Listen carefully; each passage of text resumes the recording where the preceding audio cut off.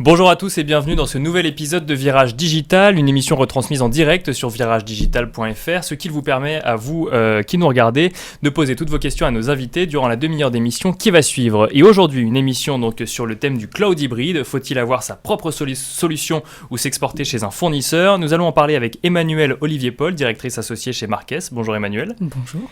Nous allons en parler également avec Pierre Fauquenot, DSI de Transition. Bonjour Pierre. Bonjour. Alexis Laporte viendra nous présenter la start-up qu'il a fondée et qu'il dirige Hubware dans une troisième partie d'émission, mais tout de suite je vous propose de revenir sur l'actualité numérique de la semaine avec la revue de presse.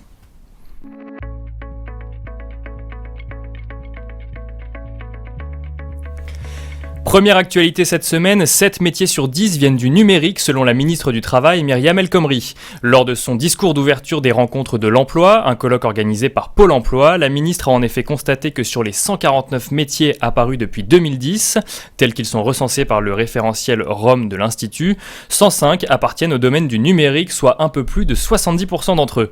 La ministre en a profité pour ajouter qu'en France, 50 000 postes sont non pourvus à ce jour dans le secteur du numérique et 191 000 postes seront à pourvoir d'ici 2022, un secteur plein d'opportunités donc.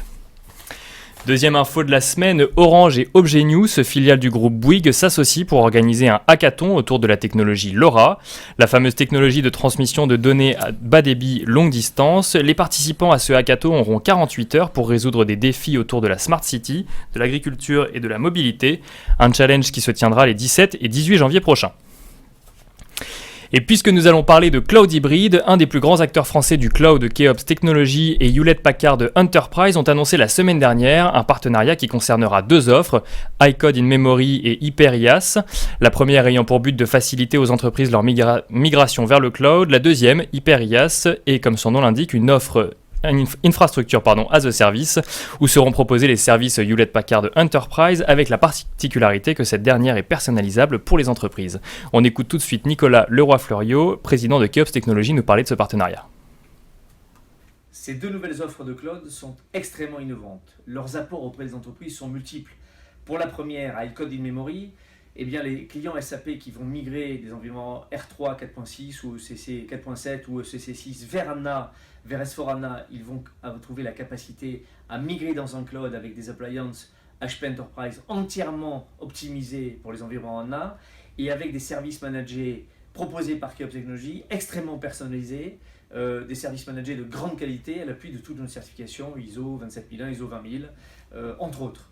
La deuxième offre, HyperIaaS, c'est la première offre de IaaS pur sur des infrastructures entièrement hyperconvergées, basées encore une fois sur des technologies Hewlett Packard Enterprise et sur toute la suite logicielle VMware, avec là aussi une capacité de Keops, bien que ce soit du IaaS pur, à proposer des options personnalisables. Exemple, l'externalisation des données sur bande de manière périodique et l'envoi vers le client.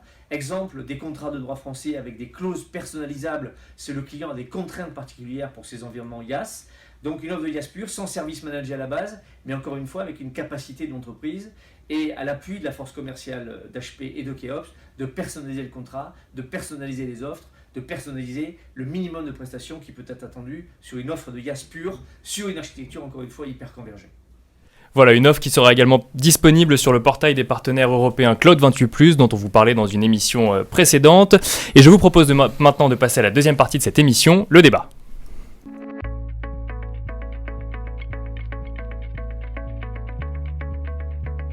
Cloud hybride donc, faut-il avoir sa propre solution ou s'exporter chez un fournisseur? Nous en parlons donc avec Emmanuelle Olivier-Paul, directrice associée au sein du cabinet Marques.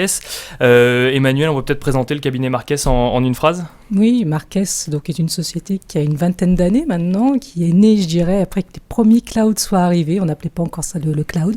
Donc nous sommes un cabinet spécialisé dans l'analyse des marchés et des stratégies de transformation digitale des entreprises et des administrations. Et plus particulièrement, on regarde ce qui se passe en France, tout en ayant bien sûr un œil sur l'étranger, parce qu'on ne peut pas avec le cloud considérer que la France dans un périmètre entièrement fermé. Puisque tout ça s'internationalise et se globalise. Tout à fait. Avec nous également dans cette émission, Pierre Fauquenot, donc DSI de Transition. Pierre, on en parlait avant l'émission, vous avez été DSI, je crois, dans une vingtaine d'entreprises depuis 2002, que ce soit en France, voire même à l'étranger de temps en temps. Tout à fait. Donc mon métier, c'est d'intervenir comme DSI de Transition, donc pour passer d'une situation A à une situation B. Donc je prends la DSI, j'analyse, je simplifie et après, en général, il y a une grosse transformation. Voilà. D'ailleurs, ma dernière mission, c'était, en gros, le gros du travail a été d'externaliser toutes les infrastructures d'un pays vers un cloud privé, entre guillemets, qui était au niveau du groupe. Voilà. Et ben donc on commence à répondre à la fameuse question de cette émission, c'est faut-il préférer un cloud public ou un cloud privé ?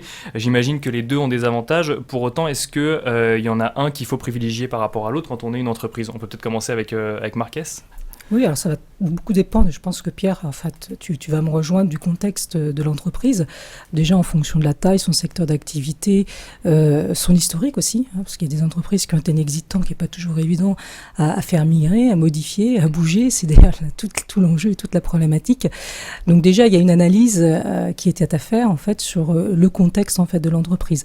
Il faut savoir qu'aussi le cloud, quel que soit, qu'il soit public ou privé, sauf si on décide de le faire vraiment entièrement en fait en interne, mais là je parle de cloud privé où nous on préfère parler de cloud dédié qui va être où il y a un prestataire quand même externe hein, qui va rentrer en ligne de compte, donc on est dans des modes d'externalisation. Et donc en fonction de la typologie de l'organisation, si elle est par exemple un opérateur d'importance vitale, un OIV, il va falloir avoir un certain nombre de prérequis qui vont être sur les aspects plutôt, j'allais dire, sécuritaires ou gestion de risque. D'autres ne vont pas être concernés, donc ils ne vont pas du tout avoir ces mêmes problématiques.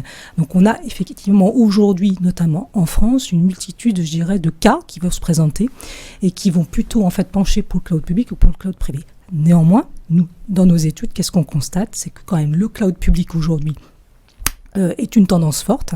C'est plutôt sur ce domaine-là en fait qu'il y a une croissance. Même en si France, du coup, les entreprises en France vont plus vers le cloud public. Elles ont une demande en fait vers le cloud public. En fait, il y a eu un changement entre. Alors, il y a dans le cloud public, il y a tout ce qui va être du domaine des applications, donc les applications qu'on appelle en mode SaaS, software as a service, qui par essence elles-mêmes sont du cloud public.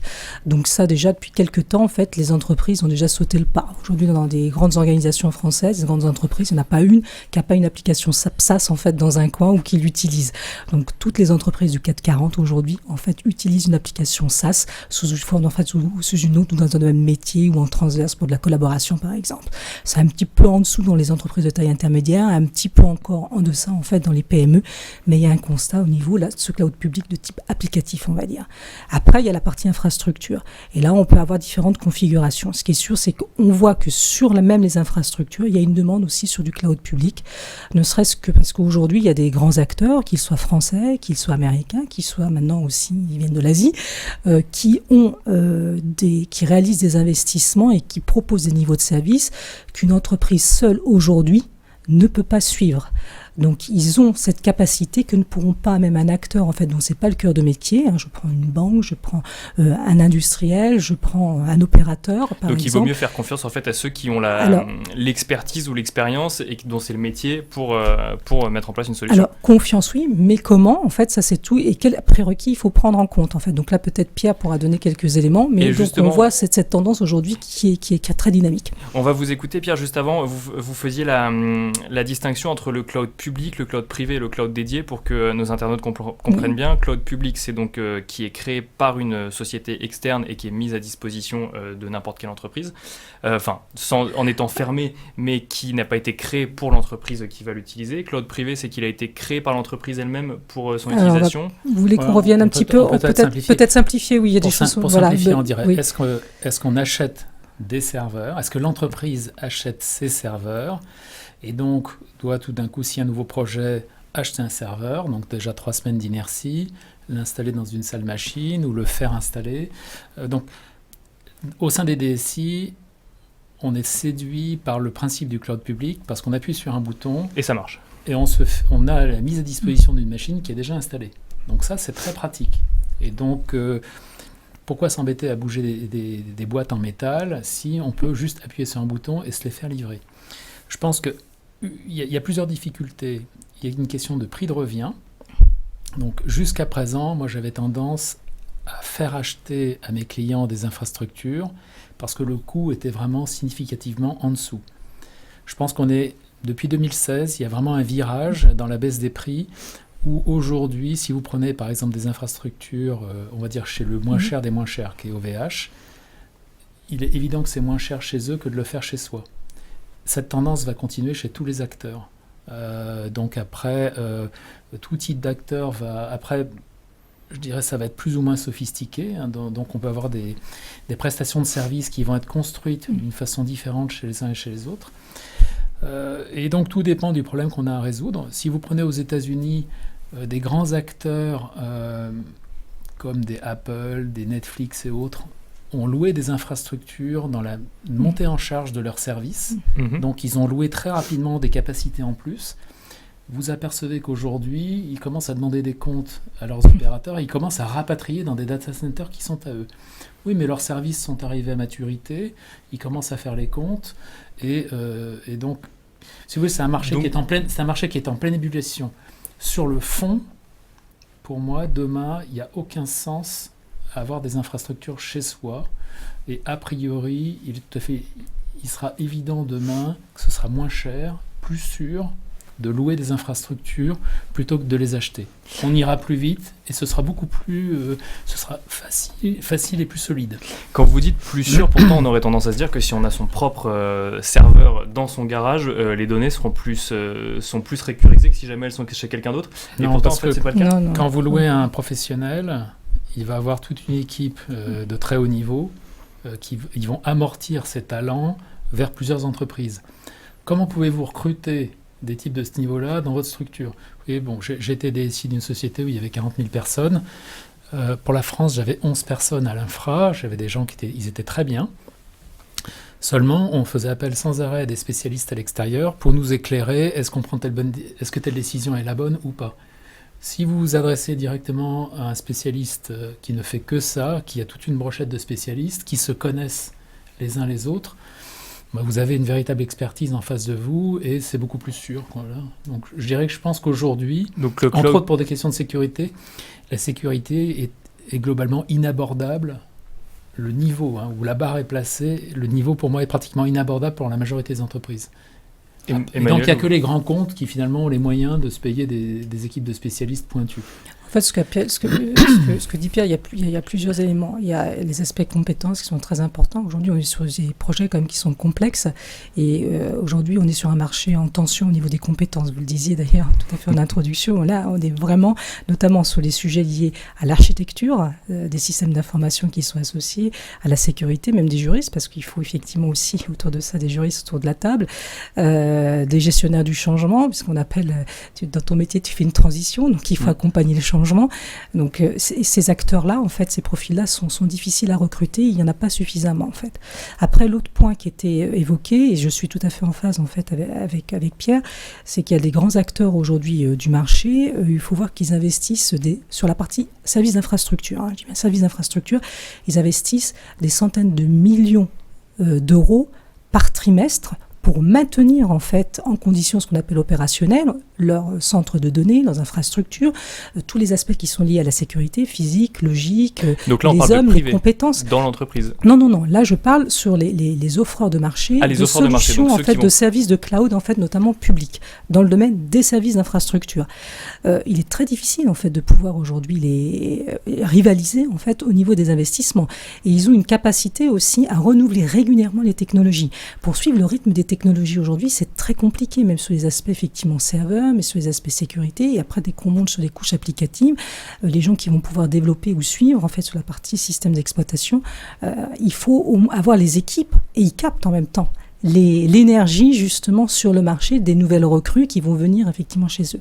Donc il y a une équation qui est assez compliquée. Donc aujourd'hui, qu'est-ce qu'on voit? C'est que les organisations, que ce soit des grands groupes, même alors pour les plus petits, je dirais, nous, dans une petite structure, un jour, notre serveur est tombé en rade, on a fait le choix, on a dit, c'est plus notre métier, c'est pas notre métier, on sait pas faire, on n'a pas que les compétences techniques, contrairement à des sociétés qui ont des directions de systèmes d'information. Donc, nous, le choix a été fait de basculer effectivement en externe et progressivement, quand on fait un nouveau choix, on essaie d'intégrer cette composante cloud pour demander effectivement. Alors, parfois, elle n'existe pas toujours, parce que le marché répond pas à tous les besoins aujourd'hui, aussi quand même, sur la partie applicative notamment. Donc, en revanche, pour les grands groupes, qu'est-ce qui va se passer? C'est qu'aujourd'hui, plus de 50% choisissent du cloud privé au niveau des directions de systèmes d'information parce qu'il va être plus agile. Ils savent que le cloud public va leur permettre d'accéder à des services en fait innovants qui seraient plus longs à créer eux-mêmes en propre en fait, parce on parlait justement de stratégie numérique, il faut qu'ils aillent vite. Sur les grands de la Silicon Valley qui effectivement pour une question de rapidité en fait développer d'abord passer par des fournisseurs externes avant de rapatrier finalement en interne leur solution. Là c'est plus compliqué après sur le cloud. Par contre, je pense que après-demain, ils laisseront à l'extérieur. Oui. Parce que ce sera moins cher. Mais donc ils ont fait une phase d'externalisation, la montée en charge de leurs services, ça leur a permis de conquérir le monde rapidement avec leurs services. Bon, ils refont une bascule inverse, à mon avis temporaire, et ils recommenceront après à mettre à l'extérieur. Après, aujourd'hui, Oui. ça coûte parfois, quand on a mis la main, il faut savoir qu'on est dans des modèles d'externalisation sur le cloud. Vous revenez pas, on a parlé d'Apple, Netflix, parce qu'ils ont les moyens aujourd'hui pour pouvoir le faire. Aujourd'hui, certaines entreprises ne pourront pas, si elles mettent la main en fait dans l'engrenage du cloud, elles sont dans une externalisation et elles y resteront. Et là maintenant, Pierre, justement au-delà des coûts, parce qu'il y a effectivement une problématique de rationalisation, etc. avec le cloud, ça c'est très clair, mais c'est vraiment une recherche d'agilité et d'accès à des services innovants en fait qu'elles pourraient pas créer en propre et dans des délais très très courts, parce qu'elles sont confrontées aujourd'hui à un time to market avec les projets numériques que leur impose leur direction métier et leur direction générale. Oui, pour rebondir là-dessus, la vie d'un DSI qui gère des infrastructures en interne, à peu près 40% de son temps, c'est de traiter avec l'équipe infra ou de traiter avec des problèmes liés à l'infrastructure. 40% du temps du DSI. À partir du moment où on externalise, on fait de l'infogérance, on passe plus que 10% de son temps finalement à observer ce que fait l'infogéreur. Le temps qui est libéré, et donc les ressources qui sont libérées au sein de la DSI, on peut les dédier à l'écoute des métiers, au fait de trouver des solutions, des solutions rapidement aux besoins qu'ils ont, ou aux problèmes qu'ils ont. Et les vrais enjeux de demain, ils sont plus sur trouver la bonne solution que gérer des serveurs, gérer la logistique des serveurs. Ça, c'était dans l'ancien temps, entre guillemets. Alors, dans la vie pratique, c'est la vie de tous les jours, de tout le monde, de la majorité des gens aujourd'hui. Je rappelle un truc, c'est qu'il y a 100 ans, toutes les usines avaient leur générateur électrique. Et tout le monde est passé sur le grid et a acheté de l'électricité générique. Et donc on va vivre la même chose. On va vivre la même chose pour l'énergie digitale. Et alors, donc là, on parle de savoir s'il faut aller plutôt vers le public ou le privé. Donc il ressort quand même qu'on irait vers le privé. Pour autant, c'est pas le cas encore aujourd'hui dans les entreprises. Il y a ce qui s'appelle le cloud hybride, c'est-à-dire qu'on a du public et du privé. La question qu'on peut se poser, même si on a compris que c'était une transition, c'est est-ce que ce cloud hybride, il est subi par l'entreprise qui est elle-même en transition, ou est-ce qu'on peut mettre en place un cloud hybride en fonction et en adaptant en fait le meilleur des deux en fonction des besoins de l'entreprise? À mon avis, il n'y a pas le choix, on est forcément en hybride, parce que tout d'un coup, on va louer, je sais pas, on va voir sa messagerie chez Google ou chez Microsoft, donc déjà on est à l'extérieur, on va vouloir faire une synchro. Donc en fait, on va agréger des tas de data, on va agréger des services qui sont sur des tas de data centers. Il y a des offres très intéressantes de fournisseurs qui permettent de faire de la synchronisation de données entre data centers et de quand même garder la synchro principale chez soi ou dans un data center dans son garage ou proche de chez soi. Public, mais bon, après il y a des questions de licence de logiciels. Si vous prenez par exemple Microsoft met un peu des bâtons dans les roues à tout le monde pour la virtualisation du poste de travail. C'est mon cheval de bataille. En gros, ils empêchent le marché de se développer en imposant finalement qu'on ait des infrastructures dédiées pour ces licences, ce qui est complètement aberrant. On pourrait très bien dire on fabrique ça dans des grosses fermes mutualisées, industrialisées, hyper sûres. Bon, donc vous apercevez que les intérêts de certains éditeurs vont fausser finalement le marché. Bon, ça tiendra pas longtemps, mais pour l'instant c'est comme ça. Mais ça fait partie de la transition. Voilà, donc c'est compliqué. Moi je pense que sur le fond, il est tout à fait logique qu'une grosse usine très industrielle coûte moins cher, soit plus sûre et soit beaucoup plus pratique à utiliser que de se fabriquer sa petite usine soi-même. Maintenant, les informaticiens, ils aiment faire leur petite usine à eux et faire joujou dans leur garage. Oui, certes, mais c'est pas comme ça qu'on travaillera demain. Donc on va vers le cloud public. Pour autant, aujourd'hui, on est dans le cloud hybride. Enfin, c'est-à-dire donc, si je comprends bien, on le subit, mais c'est la transition. Pour autant, est-ce qu'on peut l'aménager, le mettre en place, dealer avec pour qu'il soit le plus efficace possible, Emmanuel? Oui, pour revenir juste pour donner peut-être quelques chiffres, aujourd'hui sur l'hybride, plus de 80% aujourd'hui des DSI qu'on interroge sont dans cette situation-là. Et il y a une vraie volonté d'allier le meilleur des différents mondes. C'est-à-dire qu'on va choisir du cloud public pour un certain nombre, pour des choix qui vont être d'innovation, par exemple, d'accélération, de réduction des coûts. On va faire du cloud peut-être privé interne parce qu'on a des périmètres qu'on ne peut pas sortir en fait de l'entreprise. Et puis on a tout un existant aussi qu'il faut qu'on prenne le temps de migrer. Donc ce qu'on voit, c'est qu'il y a les DSI qui étaient les plus matures, j'allais dire les plus précurseurs, eux, ils ont un petit peu anticipé la donne. Il y en a pas beaucoup, il y en a de plus en plus, mais bon, ça prend un petit peu de temps. Et en revanche, quand même, pour une grande majorité, ils sont plutôt sous contrainte parce qu'ils sont obligés de faire par la force des choses et surtout, il y a cette accélération qui est imposée justement par leur métier, par leurs clients, mais pas que leurs clients, par l'écosystème aussi dans lequel ils peuvent être acteurs. Ça peut être des fournisseurs, ça peut être des partenaires, parce qu'une entreprise aujourd'hui, elle n'est pas en vase clos, son système est interdépendant avec les autres, donc elle ne peut pas être complètement décorrélée du reste. Donc ils le font, je dirais, un peu sous contrainte. Après, il y a des solutions qui peuvent être aussi dans le cloud, d'ailleurs, qui peuvent les aider. Notamment, nous, on voit une montée en puissance, ce qu'on appelle des plateformes as a service. Est-ce qu'on peut imaginer un cloud hybride public ? Ça doit faire appel à plusieurs solutions. Bien sûr. Aujourd'hui, toute la logique des Salesforce, Google et autres, c'est de créer des écosystèmes de cloud hybride au niveau applicatif, par exemple. Donc, on est tout à fait dans cette logique-là. Et ils sont très interdépendants les uns les autres. Et après, en fait, on va déporter les enjeux.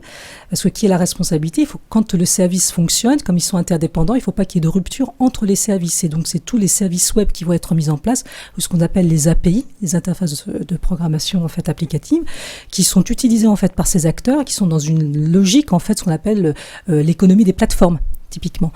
Donc là, il y a cette indépendance et on peut envisager entièrement avoir un cloud hybride qui pourrait être basé au même titre ce que font ces acteurs-là et qui le proposent eux aussi en tant que solution après justement.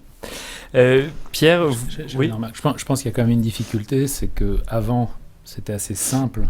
On avait son data center, ses racks, ses serveurs, sa mémoire. Voilà, donc on savait à peu près gérer. C'était compréhensible, c'était physique, on pouvait le toucher. Maintenant, c'est éparpillé partout. Quel est vraiment le bon standard ? Quelle est la bonne pratique ? On est tous perdus, en fait. On est tous paumés. Et ça pullule de tous les côtés. C'est très créatif. Bon, voilà, donc il y a des nouveaux métiers qui vont émerger, d'ordonnanceurs, de services qui sont à l'extérieur. Il y a des outils qui vont venir pour nous aider. Et des nouvelles compétences qui vont combler celles existantes aujourd'hui ou celles qui manquent aujourd'hui. Oui, tout à fait. Après, pourquoi le monde ne va pas basculer dans le logiciel SaaS du jour au lendemain ? Une application, elle a 15 ans de durée de vie. Le gros des applications qui sont d'entreprise sont des applications traditionnelles. On ne va pas les jeter. Au nom de quoi ? Comment vous justifiez l'investissement ? Ce qui est très long, c'est de faire l'analyse. C'est pas de programmer, c'est d'analyser ce que l'on veut faire. On ne va pas changer ça. Donc tout le patrimoine applicatif, on vit avec. Alors le problème, c'est que vous avez plein de startups qui parlent dans les micros. Eux, ils n'ont aucune inertie de patrimoine applicatif. Donc ils prennent tout en SaaS. Ils disent le monde est facile. Oui, mais c'est pas la vraie vie dans les entreprises. La vraie vie dans les entreprises, vous avez un DSI.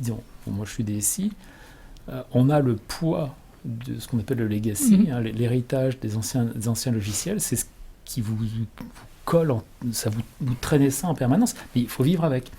Donc ce qui est difficile, c'est d'arriver à simplifier les choses, de passer des messages à ses équipes en externalisant, en louant des infrastructures dans le cloud.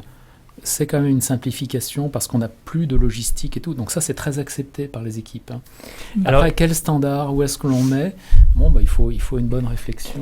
Alors là, justement, on parle de l'avis du DSI et des équipes vis-à-vis des équipes. Quand on est DSI dans une entreprise et qu'on doit expliquer à sa direction générale que les données vont partir à l'extérieur, c'est quelque chose qui est plutôt... ils sont plutôt réceptifs ou ils sont encore un peu frileux Alors moi, j'ai des messages très simples. Je repose la question tout de suite. Est-ce que les fenêtres étaient fermées dans tous les bureaux pendant le week-end ? Est-ce qu'il y avait des papiers sensibles sur les bureaux qui traînaient ? Oui, non. Est-ce que la sécurité, c'est un domaine qui ne dépend pas de l'informatique ? Donc, en général, moi j'ai tendance à caricaturer, ceux qui sont ennemis du cloud vont parler de la sécurité. Et souvent, vous avez beaucoup d'informaticiens qui vont agiter le fanion parce qu'ils ne veulent pas lâcher leurs jouets. Donc ça, je pense que ce sont les premiers ennemis du cloud. Après, vous avez des directeurs généraux qui effectivement ne sont pas à l'aise. Beaucoup de DG aujourd'hui ne sont pas à l'aise avec le digital. Donc pour eux, c'est très mystérieux. En plus, ils parlent à des informaticiens qui ont un langage avec plein d'acronymes. C'est très très mystérieux. Qu'est-ce que ça veut dire ? Si vous voulez, ils n'ont pas le contrôle. Ils ne se sentent pas à l'aise. Alors en plus, vous voulez me mettre ça dans le cloud hybride, privé, machin, public. On ne comprend rien. Donc... voilà, il y a de la pédagogie à faire et donc la clé c'est de créer de la confiance et la confiance c'est la transparence. Donc il faut expliquer de façon transparente et simple et en français, abordable, voilà ce qui se passe, voilà comment ça fonctionne, voilà qui fait quoi. Et c'est normal qu'il y ait plein de gens qui interagissent, et voilà comment ça fonctionne. Et là, à ce moment-là, on apporte ce sentiment de contrôle. Voilà, mais je pense que oui, il y a une difficulté avec les codir souvent qui ne sont pas très à l'aise avec l'informatique, paradoxalement. Pour conclure, Emmanuel, vous partagez cet avis que les directions générales sont parfois un petit peu plus frileuses à l'idée de partir et que du coup, plus de transparence, enfin c'est peut-être ce que vous constatez, plus de Oui, transparence. mais la confiance, oui, c'est un credo qui est important, mais ça c'est vrai, dès lors qu'on externalise, on externalise bien que ce qu'on maîtrise bien, en fait, c'est souvent ça. Donc là, on est dans la même logique. Après, il est vrai qu'il y a beaucoup de signes extérieurs, et je reviens, qui ne favorisent pas et qui amènent en fait ce doute, quelque part, dans les esprits, pas obligatoirement de ceux qui ont la technique dans les mains, donc notamment des directions générales, mais aussi des métiers. Il y a des réglementations aussi qui arrivent, qui changent et qui viennent alourdir. Je pense à la prochaine réglementation européenne sur la protection des données qui va arriver début janvier 2018 et qui va imposer même aux organisations avec des risques derrière, donc qui peuvent s'élever à un certain pourcentage du chiffre d'affaires si elles n'ont pas mis en place les moyens justement garantissant la protection de leurs données, notamment des données à caractère personnel. Donc c'est vrai que tous ces éléments-là, il y a du doute qui peut survenir. Je pense qu'il faut revenir à des choses didactiques, il faut bien expliquer, donc il y a la confiance et surtout bien expliquer. Je suis d'accord avec Pierre que la sécurité, c'est pas qu'un élément qui est technique, c'est plein d'autres choses, c'est beaucoup d'humains, énormément d'humains, et donc ça, il faut le remettre dans le contexte. Et qu'aujourd'hui, les acteurs du marché qui proposent ces solutions-là sont a priori à un niveau de sécurité bien supérieur que ce que pourraient faire les entreprises elles-mêmes, en fait, si elles voulaient effectivement arriver à ces niveaux de service. Donc nous allons vers le cloud public et pour l'instant on met en place et on subit un petit peu le cloud hybride. Merci à tous les deux de nous avoir éclairés sur le sujet du cloud hybride. Merci. Qui est un sujet complexe et donc qui fait beaucoup parler de lui. Et je vous propose maintenant d'accueillir Alexis Laporte qui va nous présenter la start-up qu'il a fondée, donc Hubware.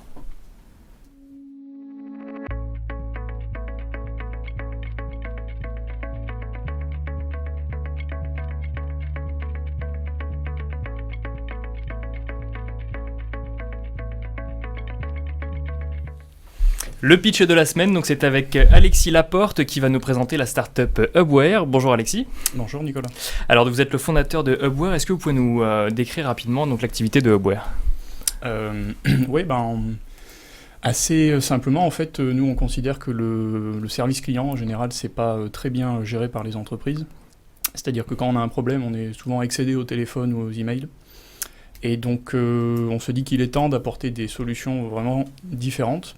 Donc on a une approche qui consiste à construire des assistants professionnels pour les entreprises, pour les aider à gérer l'ensemble des demandes. Donc ça veut dire que l'opérateur qui est censé répondre, ou l'équipe de support client, va avoir un robot qui va l'aider à répondre aux emails, aux appels et aux chats. C'est ce qu'on appelle les chatbots en fait, ou c'est plus large que ça ?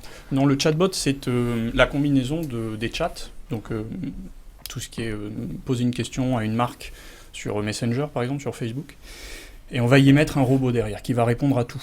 Malheureusement, aujourd'hui, c'est vraiment trop compliqué d'arriver à avoir un robot qui soit suffisamment pertinent pour toutes les questions. Donc on ne fait pas des chatbots. Un chatbot, c'est une éventualité future. Ce qu'on fait aujourd'hui, c'est qu'on connaît les règles de réponse que suivent les humains, c'est-à-dire qu'ils ont très souvent un script en fait, en fonction des questions, ils vont aller chercher les réponses et faire une réponse. Pourquoi ne pas l'automatiser directement en fait via un service ? Il faut d'abord apprendre. Aujourd'hui, on a des technologies qu'on appelle l'apprentissage automatique, machine learning, qui permettent de faire que le robot va progresser dans le temps. Donc il faut démarrer avec des questions qu'on maîtrise bien. Donc dans le e-commerce par exemple, ça va être où est ma commande, ou j'ai reçu la commande est incomplète, ou elle est endommagée.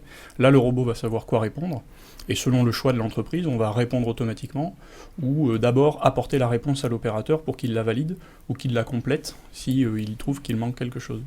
Et dans le futur, du coup, avec le machine learning, et donc, ce qui est une des composantes de l'intelligence artificielle, il pourra être amené à répondre à d'autres questions pour lesquelles il n'est pas encore capable de répondre aujourd'hui. En fait, après, il s'adapte à l'entreprise dans laquelle il va être implémenté, si je comprends bien. Absolument, oui. L'objectif, c'est que dès à présent, les entreprises qui utilisent nos assistants commencent à capitaliser sur tout ce que le robot apprend, pour petit à petit dégager les opérateurs de plus en plus de questions, pour qu'ils puissent se concentrer sur des choses plus importantes, à valeur ajoutée plus forte. Où est-ce qu'on peut trouver la solution aujourd'hui ? Je ne sais pas si vous pouvez nous donner quelques clients, sites de e-commerce par exemple, qui utilisent la solution. Donc pas en front, puisque pour l'instant ce sont les opérateurs qui l'utilisent pour répondre aux emails et au téléphone. On a des clients comme Brico Privé ou Beauté Privée, qui sont des sites de e-commerce, qui utilisent notre solution. L'impact, c'est que de 30 à 50% des emails peuvent être traités en automatique. Et sur les appels, l'objectif c'est de réduire le temps d'appel de dizaines de secondes, donc par exemple 40 secondes de temps d'appel en moins, par le fait que l'assistant va fournir toutes les réponses à l'opérateur pendant qu'il est au téléphone. Ne serait-ce que lui donner l'état de la commande, détecter qu'il y a un problème qui va probablement être le problème de la personne, par exemple s'il y a un produit qui n'a pas été envoyé, c'est très certainement ce pourquoi la personne appelle, donc il va proactivement lui présenter les éléments.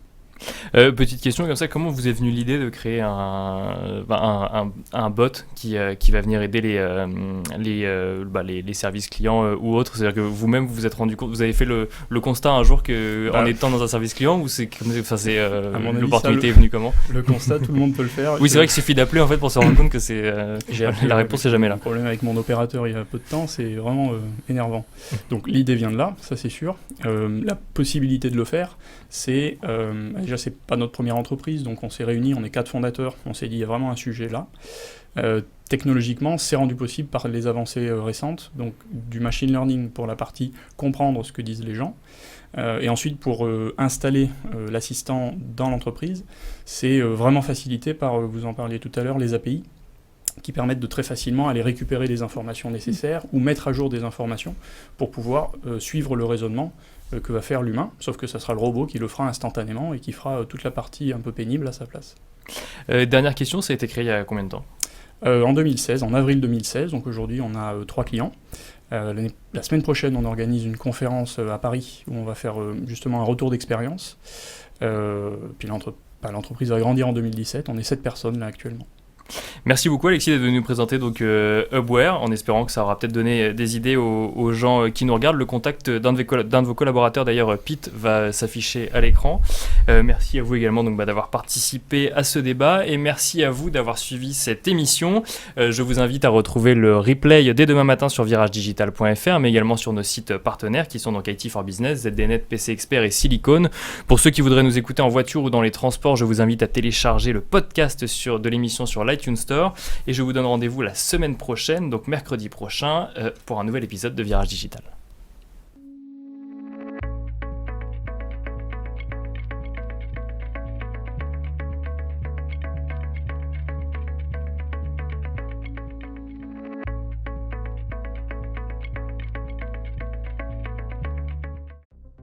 Demain appartient aux plus rapides. Pour vous aider à aller toujours plus vite, nous avons créé une nouvelle entreprise totalement dédiée à l'avenir de votre secteur. Où les hommes, la technologie et les idées font avancer le monde ensemble. Accélérer l'innovation, accélérer le changement, accélérer l'avenir. Hewlett Packard Enterprise.